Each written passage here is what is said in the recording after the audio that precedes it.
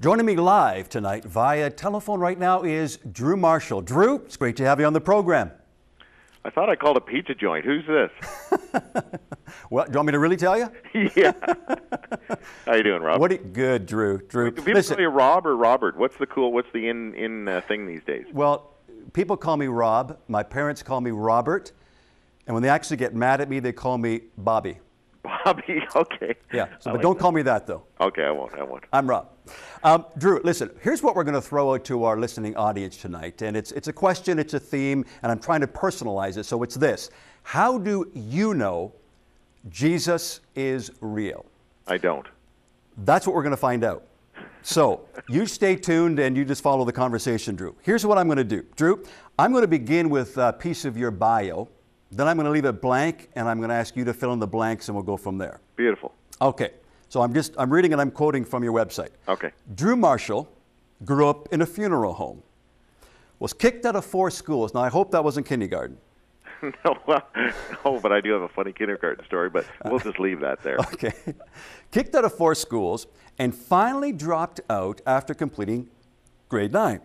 Now, not wanting to wait around for life to give him a shot, he ran away to California at the age of 17. Now, here's my question, Drew. When in your life did you actually encounter a personal relationship with Jesus Christ?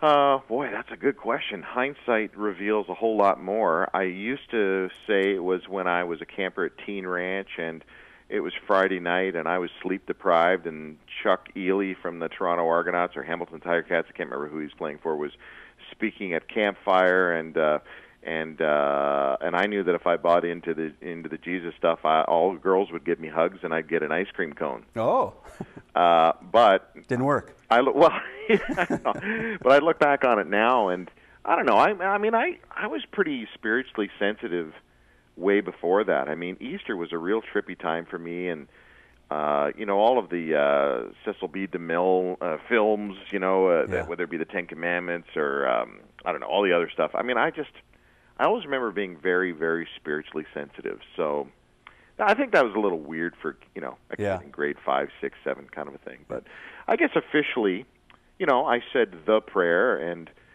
said, "All right, God, I'd like to be a Christian." I guess I did that around the age of 13, 14, 13, I think. Okay. Yeah. Now, when you did that, I mean, was it like a defining moment in Drew's life? Well, it was just because of logistics, but my life tanked after that. I must have signed up for the wrong program because I kept hearing about all these people who came to Jesus and their life got, everything became really peachy, and my life just fell apart after that. Really? I think it probably had to do with the fact that I was still trying to live 2 different lives. So, okay. And I don't know. At 13, you just hit the rebellious stage anyway. Yeah. And, who knows? Who knows? Now, was there ever a point in Drew's life where you knew that you knew Jesus was real and you experienced that, the whole transformation thing, etc.? No, I don't think there was. Well, hold on. I mean, those are two separate things there. That I knew. I mean, the Mormons use that phraseology, and they talk about the burning of the bosom, and they're just as convinced about this kind of the goofy stuff they believe. Right. That's just speaking from my point of view. Mm-hmm.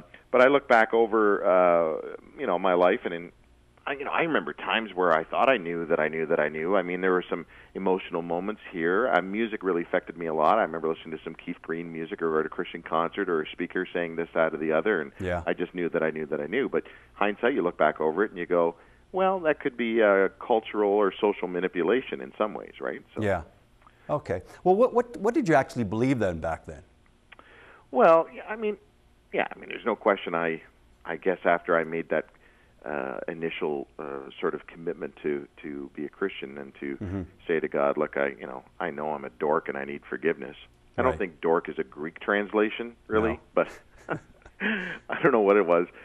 I believe that there is a God and that God made us human beings. We're His prized creation, and yet He gave us the opportunity to choose between good and bad, and that for the most part, we really are selfish kind of people, and ultimately it would be a wise move to surrender to the perfect creator of the universe, and we do that accepting His forgiveness through the death of Christ and His resurrection. Yeah. Did I say that right? Was that good? Perfect. Excellent. Do I get a gold star or something? I will send you one. So that's what that's what I have grown up believing, pretty much. Well, okay, so now you base that on, did you base that on, let's say, a parent? Did you base that on the Bible? Did you base that on peers? Or is it just something personal that you decided, I'm going to choose to accept and believe this? No, that's a good question, Robert. I think I based that on what I was told and sold at Teen Ranch. And I don't say that in a derogatory term. Yeah. The reality is that a Christian ministry is selling Jesus. And, just, some people are good at it and some people aren't. And some people sell Jesus and make a lot of money off it. Yeah. But Teen Ranch is a great place. I've got nothing but admiration for it. And I think they really helped me see the difference between religion and following Christ. I grew up in the United Church, going to United Church with my family. And, of course, we did that because that's what you did back in the day. You went to church because it was part of being a community person. Yeah. And then going to Teen Ranch, I got introduced to the relationship side of things. Right. So, and then, of course, the Bible kicks in after that, and you see that things you've been hearing from people at Teen Ranch, or maybe Hume Lake Christian Camps in California, or different Christian speakers, or Christian musicians. I got right into the Christian music scene. Larry Norman, Randy Stonehill, Keith Green, on and on. Yeah. You check it out in the Bible. You see what they say lines up with the Bible, and you go, okay, well, it's starting to make sense now. Okay, so it was positive. Yeah. For the most part, sure. I mean, I struggle with my own issues like everybody else does, and. Right. Yeah, but for the most part, sure. Yeah, it was a positive experience. Okay, so let me ask you this quick question, and you can answer it in one word, or you can give me a brief explanation, okay. 30 seconds or less, okay. Because we're going to be back with you in just a few moments. But it's this, and it's basically our theme question of the evening. How does Drew know that Jesus is real? Oh, nice one. 30 seconds or less. Yeah, that's nice. You know what? I'm at a point in life where I'm just not sure. Okay. I'm just not sure. People are calling it a crisis of faith or spiritual crisis or whatever. But we're going off of what other people have said, and we have to trust historical documents and various historical accounts. And man, I'm in a weird place right now, and I just don't know. Okay. Well, that's fair. Let's leave it at that point there. And Drew, you're going to be back with us a little later on in the program. For those of you viewing, those of you watching, here's the question. How do you know Jesus is real? Lines are open. The number to call is 1-855-588-CALL or 2255. Stay tuned. We'll be right back after this.